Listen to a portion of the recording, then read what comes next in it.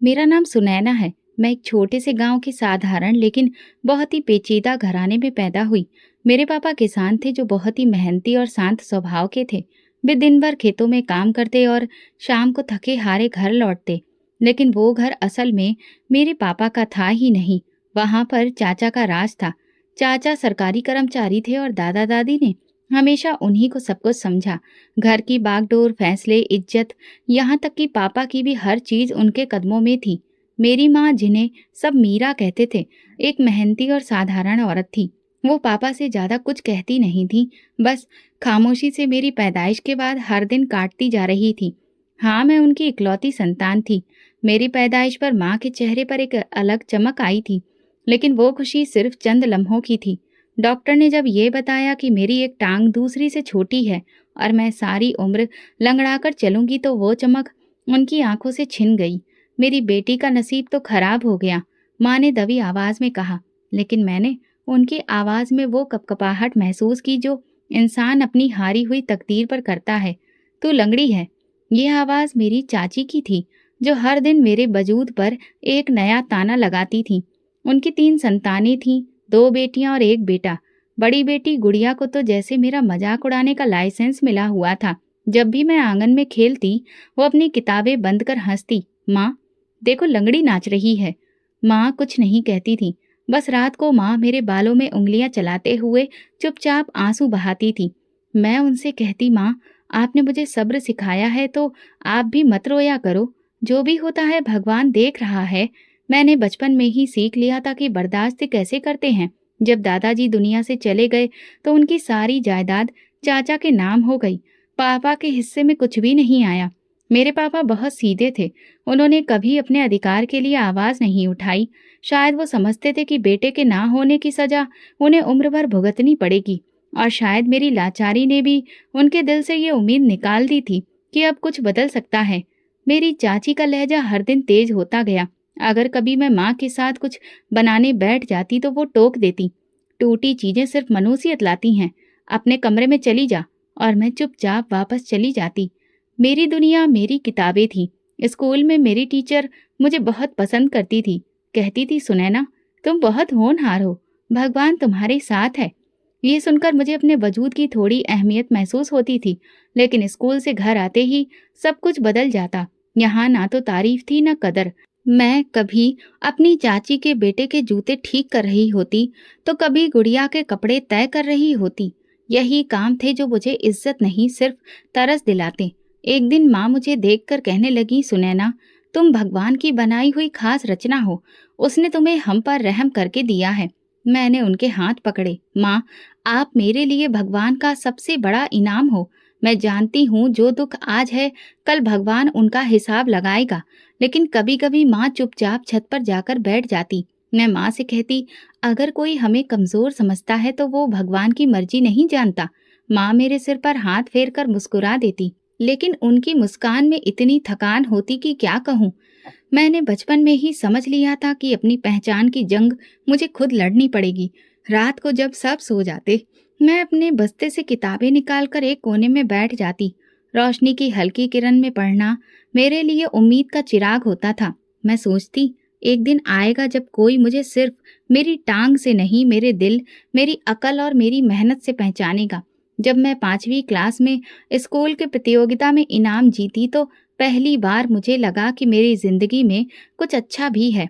School के principal ने सबके सामने मेरे नाम का ऐलान किया और मुझे स्टेज पर बुलाया गया।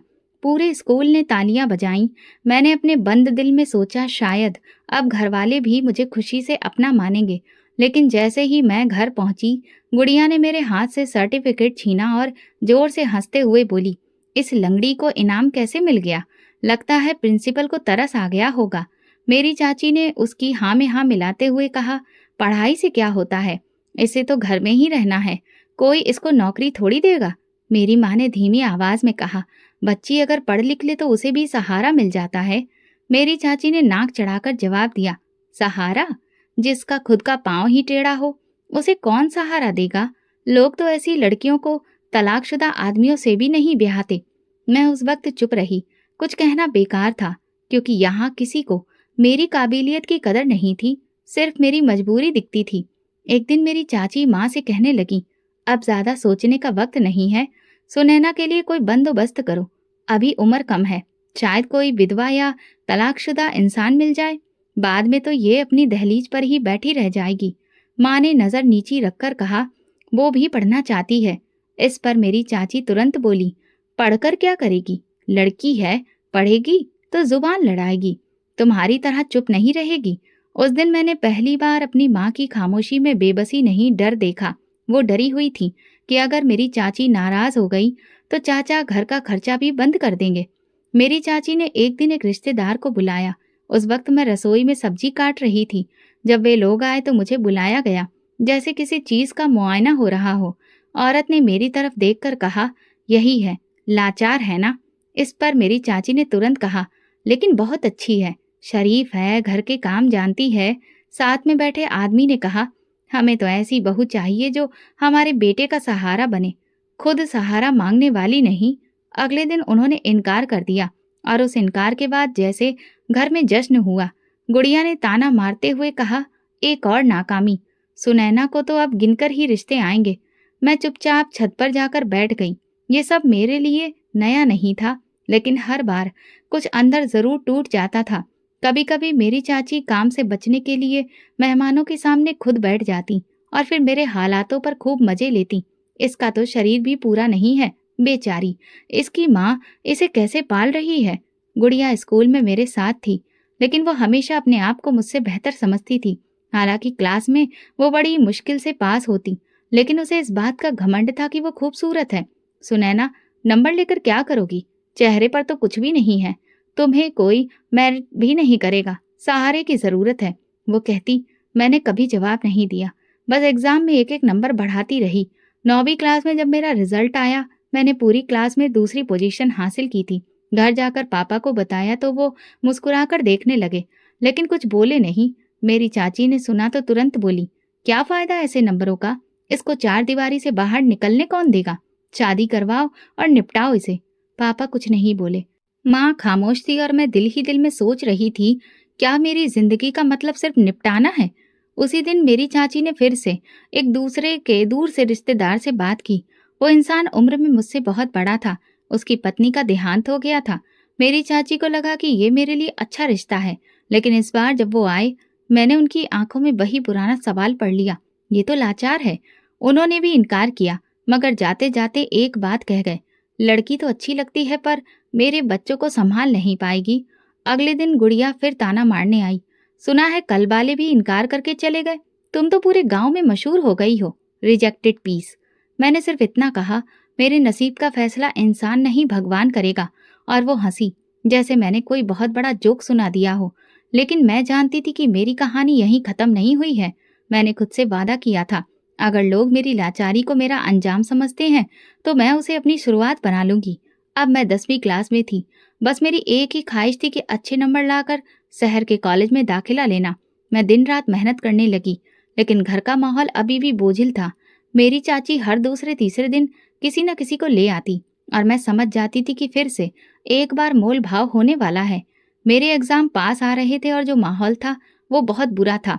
एक दिन माँ मेरे कमरे में आई, उनके हाथ में कपड़े थे, बोली, ये पहन लो, कल फिर कोई आ रहा है। मैं बस एक लम्हे के लिए उनकी आंखों में देखा। माँ, मेरे एग्जाम सर पर हैं, कम से कम अभी तो। उन्होंने हाथ उठाकर मेरी बात रोक दी। सुनैना, तुम्हें पता है हम कब से तुम्हारी चाची के रहमो करम पर हैं। पापा भी चुप हैं, तुम ही समझदारी दिखाओ।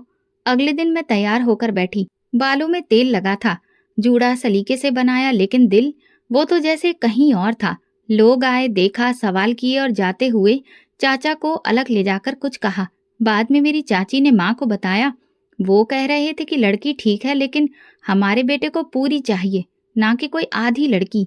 माँ ने मेरे सामने कुछ नहीं कहा, लेकिन रात को मैंने उनके तकिए की भीगी हुई हालत देखी।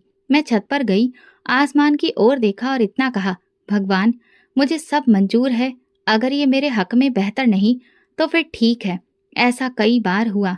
कुछ लोग ये कहकर इनकार कर देते कि लड़की लाचार है, कुछ कहते घर का माहौल ठीक नहीं, और कुछ यूं ही खामोशी से चले जाते। लेकिन हर बार मेरी पढ़ाई एक कदम पीछे हो जाती। एक दिन मेरी चाची ने साफ साफ कहा, अब इसका स्कूल बंद करवाओ। लड़की को दिन ब दिन पढ़ाने से सिर्फ उसकी जिद बढ़ेगी, नसीब नहीं बदलेगा।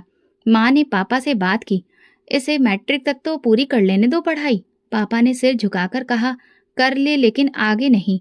मैंने एग्जाम दिए, दिल में दर्द, दिमाग में डर और आंखों में सपना लिए। एग्जाम खत्म हुए, कुछ दिन हो चुके थे, मेरा रिजल्ट सबसे अच्छा आया, लेकिन घर में जैसे किसी को फर्क ही नहीं पड़ा। मैंने वो कॉपी जिस पर सबसे ज्यादा नंबर लिखे थे अपनी किताबों के बीच में छुपा दी। पापा ने एक बार पूछा था, क्या इरादा है आगे पढ़ने का? मैंने कहा, दिल तो है लेकिन हालात नहीं। उन्होंने मेरी बात पूरी होने से पहले ही सिर झुका लिया, जैसे वो खुद इस बात को जानते हो। एक शाम माँ मेरे पास आई, चुपचाप बाल संवारने लगी। मैंने उनके चेहरे को ध्यान से देखा, आंखों के नीचे हल्के काले घेरे थे। बोली, बेटा कल कुछ लोग आ रहे हैं, तुम्हारी चाची कहती है बहुत अच्छा रिश्ता है, लड़का अमीर है। मैंने कोई सवाल नहीं किया, बस इतना कहा, जो ठीक लगे वही करिए। अगले दिन सुबह से ही घर में हलचल शुरू हो गई। मेरी चाची जल्दी जल्दी सफाई कर रही थी, गुड़िया कपड़ों में उलझी थी और मैं कमरे के कोने में बैठी भगवान की पूजा कर रही थी। अजीब सा महसूस हो रहा था, ना परेशानी ना उम्मीद, बस खामोशी। दोपहर को जब सूरज सर पर आया तो मेहमान भी आ गए। मेरी चाची ने तुरंत कमरे में बुलाया और कहा, तैयार हो जाओ, मेहमान आ गए हैं। लड़का कारोबारी है, 2 बच्चे हैं, लेकिन उसके पास पैसा बहुत है। अगर ये रिश्ता हो जाए तो तुम्हारी किस्मत संवर जाएगी। ये तुम्हारे लिए आखिरी मौका है। आखिरी मौका? मैं इस बात पर रुक गई। क्या इंसान की जिंदगी में मौकों की गिनती तय होती है? मैं सफेद रंग का सूट पहने आईने के सामने खड़ी खुद को देख रही थी कि तभी गुड़िया आई और दरवाजे की चौखट से टेक लगाकर कहने लगी, मैडम तैयार हो रही हैं। उम्मीद है इस बार भी वापसी का टिकट मिलेगा, लेकिन खैर, किस्मत तुम्हारी है, शायद इस बार कोई तरस खा ले। मैंने उसकी तरफ देखा और कहा, मैं खुद पर तरस नहीं खाती, क्योंकि मुझे मेरे भगवान पर भरोसा है। नीचे जाकर बैठी तो पहली नजर उस औरत पर पड़ी जो लड़के की माँ लग रही थी। उसकी नजरें मेरे पैरों पर थम गईं। लड़का चुपचाप बैठा रहा। मेरी चाची उनके सामने मेरी तारीफों के पुल बांधती रही। बहुत अच्छी लड़की है, माँ बाप की सारी बातें मानती है, घर के काम भी जानती है और चुपचाप रहती है। औरत ने सवाल किया, लड़की को कामकाज में कोई दिक्कत तो नहीं? बच्चों को संभाल लेगी? चाची तुरंत बोली, नहीं बिल्कुल नहीं, ये तो सब कुछ सीख चुकी है। मैंने पहली बार बोलने की हिम्मत की, अगर भगवान चाहेगा तो मैं हर रिश्ता निभा सकूंगी।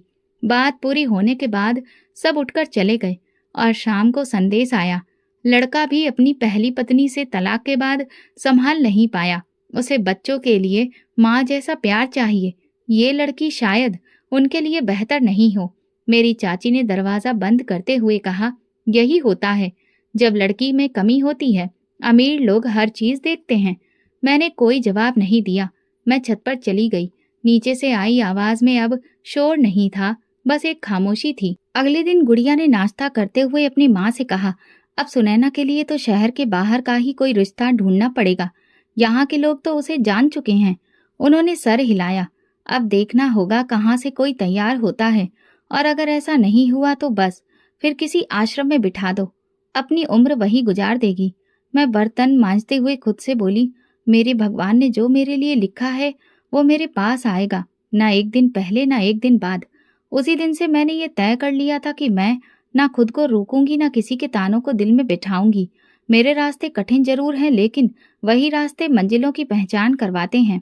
कुछ दिन बाद जब मैं पुरानी किताबें साफ कर रही थी, उसमें एक विचार लिखा था, भगवान अगर नसीब में कोई दुख देता है तो उसे बर्दाश्त करने की ताकत भी देता है, और अगर वो आपको खुशी दे तो उसका शुक्रिया अदा करने की भी हिम्मत रखिए।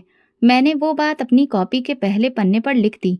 शायद यही बात मेरी जिंदगी की सच्चाई बनने वाली थी। मेरी चाची अब मेरे मामलों में खामोश हो चुकी थी, जैसे हर दरवाजे पर नाम न मिलने के बाद उनके पास कहने को कुछ बचा नहीं था। लेकिन घर में एक और कहानी खामोशी से चल रही थी, जिसका मुझे तब पता चला जब मैं एक दिन पानी लेने किचन की तरफ गई। किचन के बगल में बने कमरे से गुड़िया की आवाज आ रही थी। वो फोन पर बात कर रही थी। मैं रुक गई। रजत, तुम्हें अंदाजा भी है कि मैं तुम्हारे बिना नहीं रह सकती। तुम कब अपनी माँ को भेजोगे? उसकी आवाज में घबराहट थी। मैंने माँ को मना लिया है, अब सिर्फ तुम्हारी तरफ से कदम उठाना बाकी है। मैं चुपचाप वापस पलट गई। एक पल को हैरान हुई कि जो लड़की दूसरों के रिश्तों का मजाक उड़ाती थी, वो खुद किसी मोहब्बत में गिरफ्तार हो चुकी है, और इतनी गहराई से कि माँ तक को मनाने में कामयाब हो गई है। 2 दिन बाद मेरी माँ ने बताया, गुड़िया का रिश्ता आया है। लड़का यूनिवर्सिटी में पढ़ता है, उसकी क्लासमेट है जिसका नाम रजत है। इससे मेरी चाची बहुत खुश थी। लड़का बहुत स्मार्ट है, उसकी माँ भी बहुत अच्छी औरत है। चाची ने माँ को बताया, बस लड़की की पर्सनैलिटी इतनी अच्छी है कि कोई भी उसे बहुत अमीर समझेगा।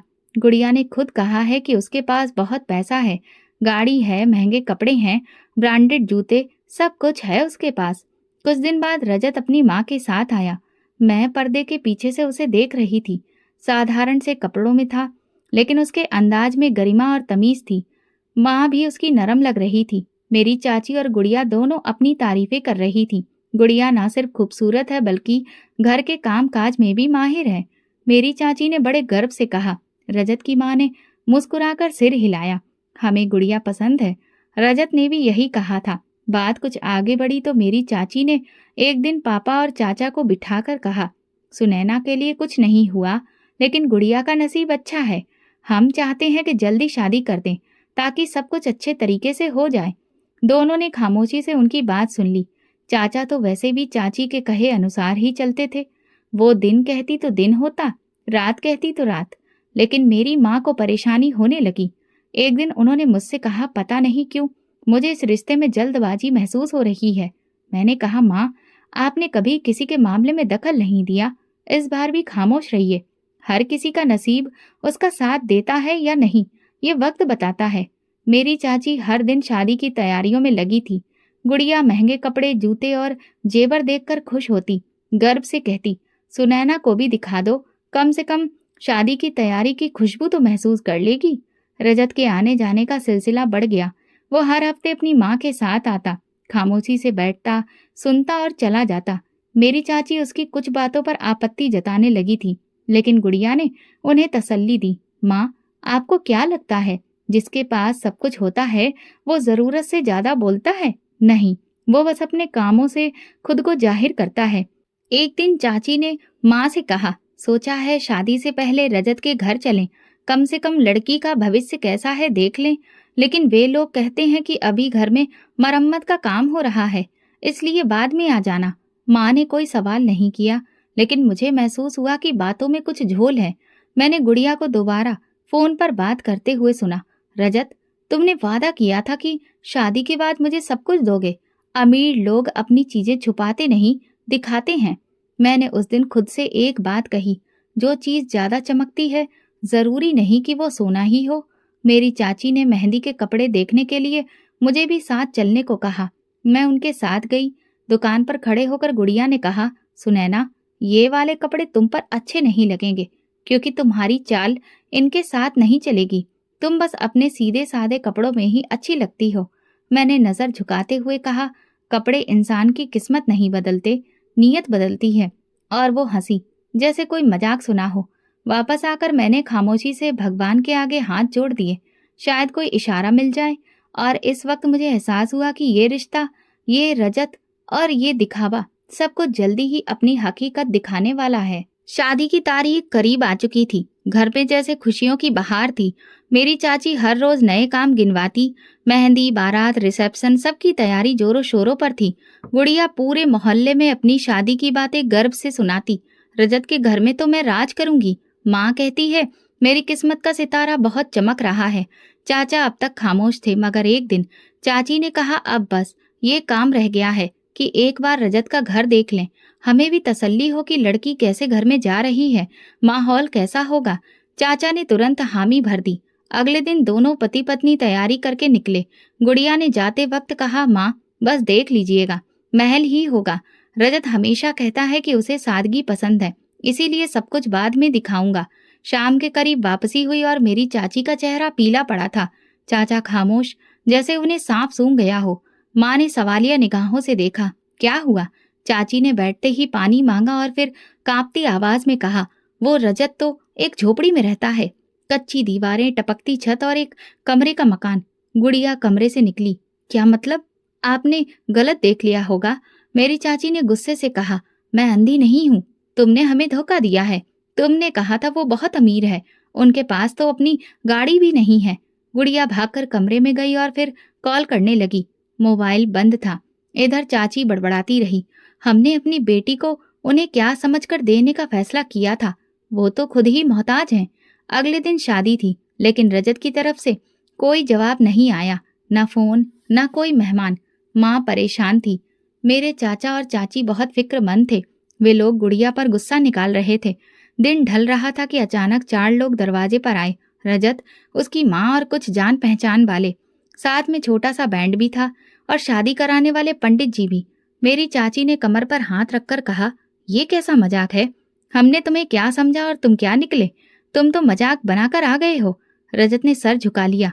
मैं जैसा हूँ वैसा ही आया हूँ। गुड़िया, जो कि अब तक तैयार भी नहीं हुई थी, बाहर आई। उसने रजत को देखते ही कहा, तुम सब कुछ झूठ बोलते रहे। तुम एक झोपड़ी में रहते हो। तुमने हमें धोखा दिया। मैं तो तुम्हें अमीर समझकर शादी करने को तैयार हुई थी। रजत खामोश खड़ा रहा। गुड़िया चिल्लाने लगी, मैं तुम जैसे भिखारी के साथ शादी नहीं कर सकती। वापस चले जाओ अपनी बारात लेकर। रजत की माँ ने हाथ जोड़कर कहा, बेटी, बारात वापस नहीं जाती। हमारे परिवार में ये परंपरा नहीं है। ये हमारी इज्जत का सवाल है। मेरी चाची ने मुंह मोड़ लिया। हमारी बेटी ऐसे हालात वालों को बिल्कुल नहीं देंगे। खामोशी के बीच गुड़िया ने एक जहरीली बात कही, एक काम कर सकते हो, अगर शादी करनी ही है तो इस लंगड़ी सुनैना से कर लो। वैसे भी वो तुम्हारे जैसी हालत की है और इसे कोई अच्छा मिलने वाला भी नहीं। जैसे बिजली गिर गई हो, सब चौंक गए। माँ की आंखें नम हो गईं।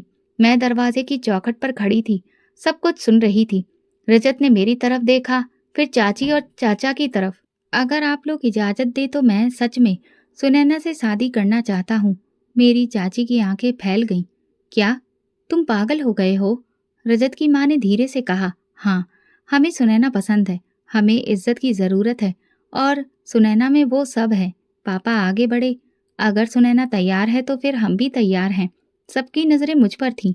मैंने दिल से एक बार फिर भगवान का नाम लिया। शायद ये मेरे लिए बेहतर था और मैं खामोशी से सर हिला दिया। रजत मुस्कुरा दिया और पंडित जी ने शादी शुरू की। मंत्र पढ़े जा रहे थे और मैं एक एक करके सारे रस्मों रिवाज निभा रही थी। उस लम्हे मुझे महसूस हुआ कि मेरे लिए जो रिश्ते आए उन सबका इनकार, हर ताना और हर आंसू मुझे यहाँ तक लाने का जरिया थे। शादी के बाद मेरे पापा ने मेरे सिर पर हाथ रखा। सुनैना बेटी, तुम्हें भगवान के फैसले पर यकीन करना होगा। एक दिन वही तुम्हारा गर्व बन जाएगा। मैंने उनके हाथ अपने गाल से लगाए। माँ ने चुपके से मेरे कान में कहा, भगवान ने तुम्हें वो इज्जत दी है जो हम चाहते हुए भी नहीं दे पाए।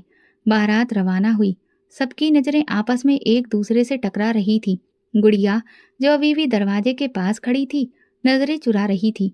मेरी चाची बार बार चाचा को बोल रही थी, जैसे हर इल्जाम उन्हीं पर डाल रही हो। मगर अब सब बेकार था।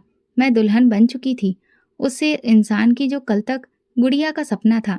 गाड़ी में बैठकर मैंने आखिरी बार अपने पुराने घर की तरफ देखा। ना आंसू थे ना पछतावा, बस एक सुकून था, खामोश सा सुकून जो दिल में उतरता है। रास्ते में रजत ने खामोशी तोड़ी। आपने मुझ पर भरोसा किया, इसके लिए थैंक यू।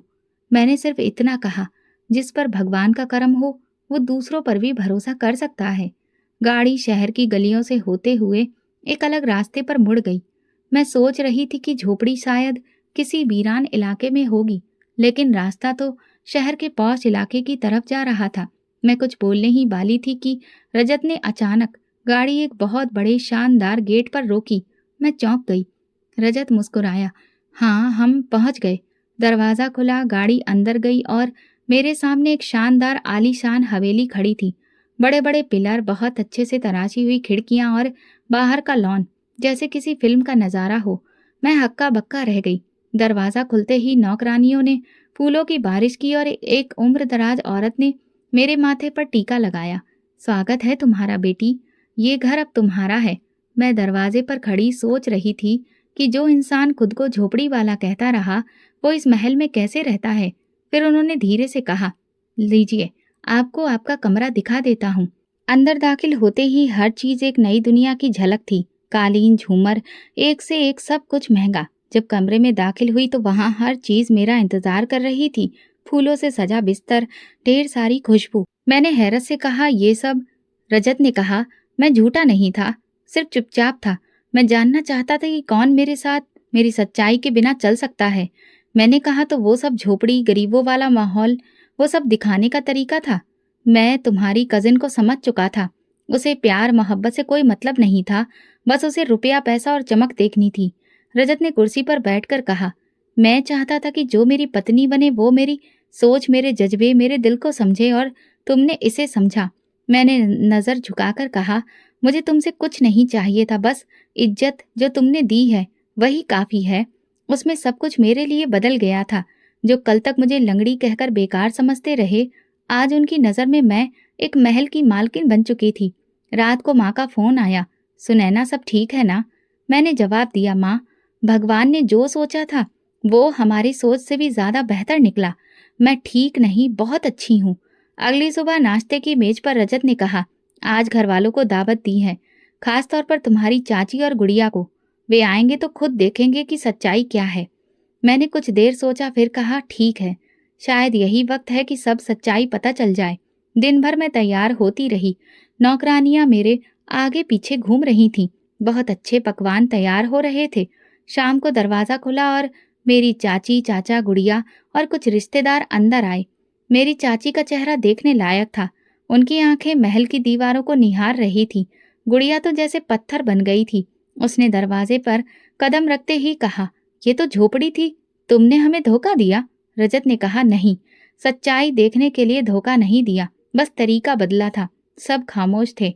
मैंने पहली बार गुड़िया की तरफ देखा। वो नजरें चुरा रही थी। मैंने कहा, तुमने कहा था मेरे जैसी लंगड़ी को यही मिलना चाहिए। तुम ठीक कहती थी, क्योंकि मैंने कभी किसी को दिखावा नहीं किया, ना ही किसी से झूठ बोला। मेरे चाचा कुछ कहने वाले थे कि चाची ने उनका हाथ पकड़कर रोक दिया। रजत ने सबको खाने की दावत दी और मैं आज अपने नए मुकाम पर खड़ी थी। इतना सोच रही थी कि ये किस्मत का बदलाव नहीं, भगवान का इंसाफ है जो वक्त पर और बेहतर सूरत में सामने आया है। उसी रात सब मेहमान चले गए तो घर में ही खामोशी थी। रजत खिड़की के पास खड़े होकर बाहर की रोशनी देख रहे थे और मैं चुपचाप उन्हें देख रही थी। दिन भर के हंगामे के बाद पहली बार हम अकेले थे। मैंने धीरे से कहा, जो कुछ हुआ वो सब सपने जैसा लगता है। रजत ने मुस्कुराकर मेरी तरफ देखा, लेकिन ये सपना नहीं, हकीकत है। बस कुछ वक्त पहले जो तुमने देखा वो मेरी जरूरत से ज्यादा सच्चाई थी, जो मैंने छुपाई। मैंने नजरें उसकी आंखों में गड़ा दी। झोपड़ी में रहने का दिखावा क्यों किया? वो कुर्सी पर बैठ गया। उसका जवाब तुम्हारे सवाल से बड़ा है। मैं खामोशी से उसके सामने बैठ गई। उसने कहना शुरू किया, जिस दिन मैं तुम्हारे घर पहली बार आया वो दिन मेरी जिंदगी का बेहतरीन लम्हा था। गुड़िया के व्यवहार ने मेरे अंदर एक उलझन पैदा कर दी थी। उसी दिन तुम दरवाजे के पीछे छुपी खड़ी थी और गुड़िया सबके सामने तुम्हें लंगड़ी कहकर पुकार रही थी। मैं हैरान था कि वो किसी इंसान को इस तरह बेइज्जती का निशाना कैसे बना सकती है। मैंने कहा, वो तो बरसों से ऐसे ही करती है, मेरे लिए कोई नई बात नहीं थी। रजत ने मेरी बात पर सिर हिलाया, लेकिन मेरे लिए तो नई थी। मैंने सोचा, जो इंसान दूसरे इंसान की इज्जत नहीं कर सकता वो कभी रिश्ता नहीं निभा सकता, फिर वो चाहे कितना भी खूबसूरत क्यों ना हो। उसी दिन मैंने फैसला किया कि गुड़िया से कोई वादा नहीं करूंगा, लेकिन मैंने ये तय किया कि अगर मैं इनकार करूं तो उसे झूठा लगेगा। इसलिए मैंने उसे अपनी सादगी दिखाई। मैं चाहता था कि अगर उसके प्यार में सच्चाई है तो वो किसी भी हाल में मेरा साथ देगी, और वरना वो खुद ब खुद पीछे हट जाएगी और फिर मुझे कामयाबी मिलेगी। मैंने पूछा, लेकिन आपने मेरे साथ शादी क्यों की? सिर्फ गुड़िया से बदला लेने के लिए? रजत ने इनकार किया, नहीं, बिल्कुल नहीं। तुम्हारे साथ शादी मेरा फैसला नहीं, मेरी खुशकिस्मती थी। मैं तुम्हें पहली बार देखकर ही समझ गया था कि तुम किसी और के जैसी नहीं हो। तुम्हारी खामोशी में ताकत है, तुम्हारा सब्र तुम्हारी खूबसूरती से कहीं ज्यादा कीमती है। मैंने कहा, मैं तो खुद को कभी खास समझती नहीं थी। उन्होंने कहा, लेकिन मैं तो समझता था। मैं जानता था कि तुम वही इंसान हो जिसके साथ जिंदगी बिताई जा सकती है, इज्जत और सुकून के साथ।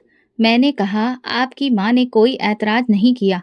शुरू में उन्हें हिचक थी। उन्होंने कहा, लेकिन जब मैंने सच बताया कि तुम मेरी पसंद हो, इसलिए नहीं कि तुम गुड़िया की कजिन हो, बल्कि इसलिए कि तुम एक अच्छी इंसान हो, तो वो निश्चिंत हो गई। मैंने कहा, ये सब सुनकर ऐसा लगता है जैसे मेरी हर परीक्षा, हर आंसू किसी न किसी मकसद के तहत थे। बिल्कुल था, रजत ने कहा। हर दुख जो तुमने सहा, उसने तुम्हें वो बनाया है जो तुम आज हो, और यही तुम्हारी सबसे बड़ी कामयाबी है। मैंने पूछा, और तुमने ये सब गुड़िया को क्यों नहीं बताया? क्योंकि अगर मैं बता देता तो वो खुद को बेचारी साबित करती और लोगों को लगता कि मैं उसके साथ धोखा कर रहा हूँ। मैं चाहता था कि वो खुद अपनी गलती को पहचाने। वक्त के साथ उसे एहसास हो जाएगा कि इंसानियत क्या होती है। मैंने सोचा, कितना अजीब है ना, जो लोग दूसरों को बेकार समझते हैं वो अक्सर अपने गुरूर के बोझ तले दब जाते हैं, और जो खुद को कमतर समझते हैं उनके लिए भगवान बेहतर फैसला करता है। रजत ने मेरी तरफ हाथ बढ़ाया। ये जिंदगी हम दोनों की है। सच्चाई, इज्जत और मोहब्बत के साथ हम आगे बढ़ेंगे। मैंने उनका हाथ पकड़ा और दिल में कहा, भगवान, तुमने मुझे इज्जत दी है, अब मुझे बस इसकी हिफाजत करने की हिम्मत देना। अगली सुबह नाश्ते की मेज पर रजत ने अखबार एक तरफ रखकर कहा, क्या तुम चाहोगी कि हम गुड़िया को यहाँ एक दिन बुलाएं? मैंने कहा, अगर तुम्हारा दिल साफ है तो बुला लो। शायद वक्त ही किसी को आईना दिखा सकता है। रजत ने एक नौकर को बुलाया और खबर भिजवाने को कहा। पूरे दिन में कई बार ख्याल आया कि वो आएगी भी या नहीं, लेकिन अगली सुबह दरवाजे पर बैल बजी और पता चला कि गुड़िया आ गई है। दरवाजा खुला, वो अंदर आई। जैसे ही उसकी नजर सामने की साज सज्जा पर पड़ी, उसके कदम रुक गए। ये वही घर है, उसने धीरे से जैसे खुद को यकीन दिलाया। रजत ने आगे बढ़कर कहा, वेलकम, तुम्हारी सेवा का मौका मिल रहा है, ये भी किस्मत है। गुड़िया ने नजर चुराकर कहा, ये सब कैसे? तुम तो। रजत ने बात काट दी, मैं वही हूं जो था, बस तुम देख नहीं पाई। हम सब मेज पर बैठे थे, मैं चुपचाप खाना परोस रही थी। गुड़िया बार बार इधर उधर देखती, जैसे भरोसा नहीं कर पा रही हो कि जो इंसान कल उसकी नजर में एक भिखारी था, वो आज किसी करोड़पति से कम नहीं। रजत ने कहा, तुम्हें याद है, तुमने मेरी बारात वापस कर दी थी। तुमने कहा था कि मैं एक झोपड़ी में रहने वाला गरीब हूँ। गुड़िया ने नजर नीचे कर ली। मैंने गलती की। रजत की आवाज में सख्ती थी। नहीं, तुमने सिर्फ गलती नहीं की, तुमने मेरे कैरेक्टर पर भी फैसला कर दिया था। मेरी माँ की बेइज्जती की, और जिसे तुम लंगड़ी कहती थी, उस पर ताना मार कर मेरे साथ उसका मजाक उड़ाया। गुड़िया की आंखों में नमी आ गई। मुझे लगा तुम झूठ बोल रहे हो। असल में तुम्हें हमेशा वही सच अच्छा लगा जो तुम्हारे गुरूर को खुश करे। तुमने कभी इंसान को दिल से नहीं पढ़ा, तुमने बस चमक देखी, और जब वो चमक नहीं मिली तो तुमने उसे कचरा समझकर फेंक दिया। मैंने गुड़िया को पानी का गिलास दिया। गुड़िया ने कांपते हाथों से गिलास लिया। सुनैना, मुझे माफ कर दो, मैंने तुम्हें बहुत दुख दिए, तुम्हारे जख्मों पर नमक छिड़का। मैंने कहा, मैंने तुम्हें तो उसी दिन माफ कर दिया था जब तुमने अपने घमंड में अपने नसीब का दरवाजा बंद कर दिया था। लेकिन जिसकी माफी मांगनी है वो मैं नहीं, तुम भगवान से माफी मांगो। गुड़िया ने सिर हिलाया। मैं वाकई पछता रही हूँ, जो भी तुम्हारे साथ किया, अगर वही कभी मेरे साथ हो तो शायद मैं समझ सकूं। मैंने कहा, एहसास जब आ जाए तो बस इतना काफी होता है। बद्दुआ देना मेरी फितरत नहीं, भगवान ने जो दिया है वो बदले से नहीं, मेरे सब्र का इनाम था। रजत ने कहा, आज तुम यहाँ हो तो सिर्फ इसलिए कि तुम देख सको कि तुम्हारा घमंड कैसे टूटा है। हमने तुम्हें बुलाया ताकि तुम जान सको, इंसान को परखने के लिए ना तो चाल बड़ी चाहिए होती है, ना पैसा, बल्कि दिल की नरमी और नजर की गहराई होती है। गुड़िया के पास शब्द नहीं थे। कुछ देर बाद वो उठकर दरवाजे की तरफ गई। जाते जाते पलटी और कहा, सुनैना, तुम्हारी जगह मैं होती तो शायद बद्दुआ देती, लेकिन तुमने जो कहा वो दिल को लगा। मैं सच में भगवान से माफी मांगूंगी। उसके जाने के बाद मैं रजत की तरफ देख रही थी।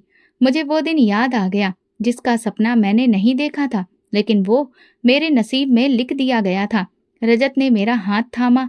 उस दिन तुमने जो फैसला किया वही आज हमारी इज्जत का मुकाम बन गया है। कभी कभी जिंदगी तुम्हें आजमाइशों में डालती है, सिर्फ इसलिए कि तुम अपनी असलियत पहचान सको। धीरे धीरे महीने गुजर गए थे। एक दिन माँ का फोन आया। आवाज में हिचकी और चाहत थी। बेटा, तुमसे एक बात कहनी है। गुड़िया की कल शादी हो रही है। लड़का बहुत अमीर है, बड़े कारोबारी खानदान से रिश्ता है। मैं चुपचाप सुनती रही।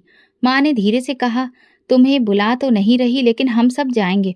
तुम्हारी चाची ने खास हिदायत दी है कि तुम्हें दावत ना दी जाए। मैंने कहा, माँ, मुझे जाने की जरूरत महसूस भी नहीं हो रही। मेरे दिल में किसी के लिए कोई शिकायत नहीं, शादी हो गई, अखबारों में भी खबर छपी। एक बहुत बड़े अमीर परिवार के बेटे की शादी बहुत जोर शोर से हुई। सोशल मीडिया पर तस्वीरें वायरल हुई। तस्वीर में गुड़िया एक बार फिर सपनों में खोई हुई लग रही थी। 2 महीने बाद एक दिन दरवाजे पर दस्तक हुई। दरवाजा खोला तो मेरी चाची और गुड़िया खड़ी थी। मेरी चाची का चेहरा मुरझाया हुआ था और गुड़िया, वो पहले जैसी गुड़िया नहीं रही थी। मैंने दरवाजे से हटकर रास्ता दिया, अंदर आईं। वे खामोश थीं। पानी का गिलास मांगा। क्या हुआ? मैंने चाची से पूछा। उन्होंने तलाक दे दिया, चाची ने कहा। मैंने कोई हैरत नहीं दिखाई। क्यों? गुड़िया ने रोते हुए कहा। उसकी ये तीसरी शादी थी। कहने लगा, जब मेरा दिल भर जाता है तो ऐसे ही रिश्ता खत्म कर देता हूँ। वो बाहर औरतों के साथ रहता था और कहता कि तुम मेरी खूबसूरत पत्नी हो, लेकिन मेरी आज़ादी की दुश्मन मत बनो।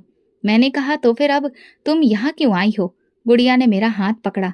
मैं जानती हूँ कि तुमने मुझे बद्दुआ दी होगी। मेरी हालत देखो, मेरे साथ वही सब कुछ हो रहा है जो मैंने तुम्हारे साथ किया। मैंने हाथ छुड़ाकर कहा, मैंने तुम्हें कभी बद्दुआ नहीं दी गुड़िया। मैंने तो कभी तुम्हारे लिए कुछ बुरा भी नहीं चाहा, लेकिन हाँ, तुम्हारा घमंड जरूर तोड़ दिया गया है। गुड़िया का सिर झुक गया। फिर मेरे साथ ये सब क्यों हो रहा है? मैंने कहा, शायद इसलिए कि भगवान चाहता है कि तुम अपने कर्मों पर नजर डालो। हम जैसे लोग जो दर्द सहते हैं, वो बदला लेने के लिए नहीं, सबक देने के लिए होते हैं। मेरी चाची ने गहरी सांस ली। हमने तुम्हें हमेशा कम समझा और आज जो कुछ हुआ वो शायद हमारी सोच की सजा है। मैंने कहा, सोचने की बात यह है कि इज्जत पैसे से नहीं, व्यवहार से मिलती है। तुमने मेरी इज्जत को बेकार समझा और मेरी लाचारी को भगवान ने इज्जत में बदल दिया। गुड़िया रो रही थी। माफ कर दो सुनैना, मैं रात को सो नहीं पाती हूँ। हर जगह बेइज्जती होती है, हर जुबान पर ताना होता है। मैंने कहा, मैं उस दिन भी नहीं बोली थी जब तुमने मेरी मजबूरी को मेरा अंजाम बना दिया था, लेकिन मैं तुम्हें उसी दिन माफ कर चुकी थी जब तुम्हारे इनकार ने मुझे मेरे नसीब तक पहुंचा दिया। लेकिन एक बात याद रखो, माफी मांगनी है तो भगवान से मांगो, वही है जो सब बदल देता है, किस्मत भी। गुड़िया बोली, मुझे रास्ता दिखाओ सुनैना, मैं थक चुकी हूँ। मैंने कहा, रास्ता वही है जो मैंने चुना है, सब्र करो, भगवान का शुक्रिया अदा करो और खामोशी से जियो। किसी की इज्जत पर सवाल मत उठाओ, चाहे वो तुमसे कमजोर ही क्यों ना हो, क्योंकि भगवान कमजोरों का भी साथ देता है और जब वो इंसाफ करता है तो कोई बचता नहीं। वो दोनों उठी और दरवाजे से निकलते वक्त पलटी। काश मैं पहले तुम जैसी बन जाती। मैंने कहा, काश तुमने पहले अपने आप को पहचाना होता। जिंदगी का एक दौर खत्म हुआ, लेकिन सब कुछ बाकी था। मेरी चाची और गुड़िया के जाने के बाद कई दिन तक घर में खामोशी के साथ बातें चलती रहीं। ना जुबान से कुछ कहा गया, ना दिल से। माँ ने एक दिन फोन पर कहा, बेटी, गुड़िया के लिए फिर से रिश्ता ढूंढा जा रहा है। तुम्हारी चाची को लगता है कि पहली बार उसकी किस्मत खराब निकली, अगली बार संभल जाएगी। मैंने कहा, अगर सच नहीं बदला तो फिर नसीब का नक्शा बदलना मुमकिन नहीं। कुछ हफ्तों में पता चला कि गुड़िया की दूसरी शादी हो गई है। लड़का विदेश में रहता था, एक कारोबारी विजिट पर आया था। शादी के कुछ ही दिनों के बाद वो वहां वापस चला गया और फिर बातचीत कम हो गई। गुड़िया ने कई बार फोन किया, संदेश भिजवाए, लेकिन वो वापस नहीं आया। आखिरकार वो शादी भी बस कागजों की बनकर रह गई। फिर कुछ महीने गुजरे और फिर से तीसरी बार परिवार के ही किसी जानने वाले के जरिए एक और रिश्ता हुआ। लड़का शहर के एक मशहूर बिजनेसमैन का भांजा था, मगर शादी के बाद पता चला कि वो नशे का आदी था। गुड़िया के ससुराल में उसे बोझ की तरह देखा जाने लगा। कुछ महीनों बाद वहां भी तलाक हो गया। मेरी चाची चुपचाप थी। शोर मचाने वाली वो औरत जो कभी गुड़िया की खूबसूरती को ही उसकी सबसे बड़ी खूबी समझती थी, अब शांत हो गई थी। मोहल्ले की औरतें पीठ पीछे कहने लगी थी, शायद किसी की बद्दुआ लगी है। जिस लड़की को सबकी बेटियां जलन से देखती थीं, अब वो खुद तरस का निशान बन गई थी। रजत ने फिर एक दिन कहा, हम गुड़िया के लिए कुछ कर सकते हैं अगर तुम कहो। मैंने कहा, हम वही करेंगे जो एक इंसान दूसरे इंसान के लिए कर सकता है, लेकिन सिर्फ इसलिए नहीं कि वो हमारी जिंदगी की दुश्मन थी, बल्कि इसलिए कि अब वो सबक सीख चुकी है। हमने अपने जानने वालों से बात की। फिर एक दिन एक ऐसा रिश्ता सामने आया जो बहुत अच्छा था। लड़का सरकारी कर्मचारी था, लेकिन बड़ी बात यह थी कि एक ब्रेकडाउन के बाद वो लंगड़ा हो गया था। रजत ने मेरे सामने उसकी सारी बातें रखी। बताओ, तुम क्या कहती हो? मैंने कहा, यही इंसाफ है। जो किसी को सबक दे और उसे इज्जत के साथ जीने दे। हमने अपनी चाची से बात की। रजत ने बहुत संजीदगी से सारी बात रखी। एक रिश्ता आया है, लड़का अच्छा है, अच्छे चरित्र का है और गुड़िया के लिए बेहतर है। चाची ने सारी बातें सुनी, फिर पूछा, क्या वो? रजत ने धीरे से कहा, हाँ। वो एक टांग से लाचार है। कमरे में कुछ पल खामोशी छा गई। फिर मेरी चाची ने सर झुकाकर कहा, अगर वो गुड़िया को इज्जत दे सकता है तो हमें और कुछ नहीं चाहिए। रिश्ता तय हुआ। इस बार न कोई शोर, न लंबी तैयारी, बस एक साधारण सी शादी। गुड़िया लाल लहंगे में थी, लेकिन उसके चेहरे पर वो गर्व नहीं था जो पहले हुआ करता था, बल्कि एक नमी और गंभीर सुकून था। मैं उसकी विदाई के वक्त पास गई। गुड़िया ने मेरी तरफ देखा और धीरे से कहा, सुनैना, मैं डरी हुई थी कि अगर ये रिश्ता भी नहीं चला तो मैं टूट जाऊंगी। मैंने उसका हाथ पकड़ा। जो दिल से रिश्ता निभाता है वो कमियों को नहीं देखता। तुमने सब कुछ खोकर सीखा है, अब तुम्हें वो मिलेगा जिसकी तुम्हें हमेशा जरूरत थी, इज्जत। उसका पति समीर एक साधारण मिजाज का इंसान था। वो कम बोलता था, ज्यादा सुनता था। मैंने पहली बार देखा कि गुड़िया किसी की बात सुनकर सिर हिलाती है, बिना कोई बहस के, बिना किसी तकरार के। कुछ महीने बाद गुड़िया मेरे घर आई। अब वो हर वक्त शांत थी। सुनैना, तुमने सच कहा था, बद्दुआ देने की जरूरत नहीं होती, भगवान खुद इंसाफ करता है। मुझे अब एहसास है कि जिसे मैं लंगड़ा कहती थी वो कोई कमी नहीं, एक परीक्षा है, और जो परीक्षा में सब्र करे वही असल में इंसान कहलाने लायक है। मैंने मुस्कुराकर कहा, अब तुम्हारा पति तुम्हारी नजरों में लाचार नहीं होगा। उसने आंखों में नमी लिए जवाब दिया, नहीं, वो मेरे लिए वही है जो तुम्हारे लिए रजत था, तुम्हारे नसीब का इंसाफ। उसी दिन मुझे यकीन हो गया कि सब कुछ सबक ऐसे होते हैं जो शब्द नहीं, वक्त सिखाता है, और जब वो सबक जिंदगी में उतर जाएं तो इंसान का पूरा किरदार बदल जाता है। भगवान का इंसाफ खामोशी से होता है, लेकिन जब वो इंसाफ करता है तो सब कुछ बराबर कर देता है। जिंदगी की एक धारा पूरी हो चुकी थी। जो कहानी बरसों पहले मेरे पहले कदम से शुरू हुई थी, आज वही कहानी एक मुकाम पर आकर रुक गई। लेकिन रुकने का मतलब कभी अंत नहीं होता, कभी कभी ठहराव भी एक नई शुरुआत होती है। रजत आज भी सुबह सवेरे ऑफिस के लिए निकलते हैं और शाम को लौटते हैं। मेरे साथ चाय पीने का वक्त निकालते हैं। हम अक्सर घर के लॉन में बैठकर पुराने दिनों को याद करते हैं। एक दिन रजत ने पूछा, सुनैना, अगर तुम्हें वो सब कुछ दोबारा झेलना पड़े तो क्या तुम हिम्मत कर सकोगी? मैंने बिना सोचे जवाब दिया, अगर आखिर में तुम्हारे जैसा साथी मिले तो हाँ, हर बार। आज जब मैं आईने में खुद को देखती हूँ तो वो सुनैना नहीं दिखती जो गांव के कच्चे आंगन में चाची की आवाज से डर जाती थी। आज जो औरत सामने दिखती है, उसने हर ठोकर, हर जख्म, हर इनकार को अपनाया है और फिर भी खुद को संजोकर रखा है। फिर एक दिन गुड़िया समीर के साथ हमारे घर मिलने आई। मैंने कहा, तुम तो बहुत बदल गई हो और यही तुम्हारी सबसे बड़ी जीत है। उसने कहा, मुझे भगवान के फैसले पर शक नहीं होता। जो दुख तुम्हें मिले वही मेरे नसीब में लिखे गए, ताकि मैं वो बन सकूं जो कभी तुम्हें ताना देकर खुद को ऊंचा समझती थी। मैंने कहा, जो खुद को बहुत बुलंद समझता है भगवान उसे झुकाना जानता है, और जो खुद को कमजोर मान ले भगवान उसका हाथ थाम लेता है। एक दिन स्कूल की मैडम से मुलाकात हुई। उन्होंने कहा, तुम वही सुनैना हो ना जिसे सब लंगड़ी कहकर बुलाते थे? तुम्हारी खबरें सुनती रहती हूँ। तुमने अपनी किस्मत खुद लिखी है। मैंने कहा, नहीं, ये तो सब भगवान की कृपा है। मैंने तो बस उन पर भरोसा रखा। स्कूल वालों ने मुझसे बच्चियों से बात करने के लिए मदद मांगी। जब मैं उनके सामने खड़ी हुई तो कई बार कई आंखें मेरी टांग की तरफ देखने लगी, लेकिन अब उन नजरों में सब बदल चुका था। मैंने कहा, बच्चियों, अगर कभी तुम्हें किसी ने तुम्हारे शरीर, सूरत, हालात या घर की वजह से तोड़ने की कोशिश की हो तो रुक जाना। ना उनसे लड़ो, ना जवाब दो, बस चुपचाप भगवान से प्रार्थना करो, क्योंकि वही तुम्हारे सवालों का जवाब देगा। कमरे में खामोशी छा गई। किसी ने आंखों में आए आंसुओं को छुपाया। वापसी पर रजत ने कहा, आज तुमने वो बात कही जो शायद बहुत से दिलों में उम्मीद जगा देगी। मैंने कहा, जो मेरी जिंदगी ने मुझे सिखाया मैंने बस वही बताया। मेरे माँ बाप अब बहुत खुश थे और सुकून में भी। मेरी चाची भी कभी कभी मुझसे मिलने आती। अब वो मेरी तरफ नजरें झुकाकर बात करती। मैं हर बार उन्हें इज्जत से बैठाती, क्योंकि मैं जानती हूँ इंसान वो नहीं जो बदले, इंसान वो है जो माफ करके आगे बढ़ जाए। आज अगर कोई मुझसे मेरी कहानी पूछता है तो मैं बस इतना कहती हूँ, सब्र करो और बाकी सब भगवान पर छोड़ दो। मैं वो लड़की हूँ जिसे कभी लंगड़ी कहा जाता था, आज मेरे कदमों के नीचे ज़मीन है और सिर पर भगवान का आशीर्वाद।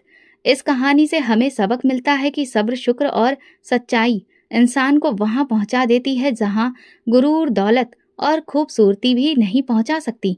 भगवान के फैसले भले देर से आते हों, मगर हमेशा बेहतर होते हैं। तो दोस्तों, अगर आपको हमारी कहानी पसंद आई हो तो कमेंट करके ज़रूर बताएं। वीडियो को लाइक करें और ज़्यादा से ज़्यादा शेयर करें। अगर आप चैनल पर नए हैं तो सब्सक्राइब जरूर करें और नोटिफिकेशन बेल दबाएं ताकि अगली अपडेट सबसे पहले आपको मिले। धन्यवाद।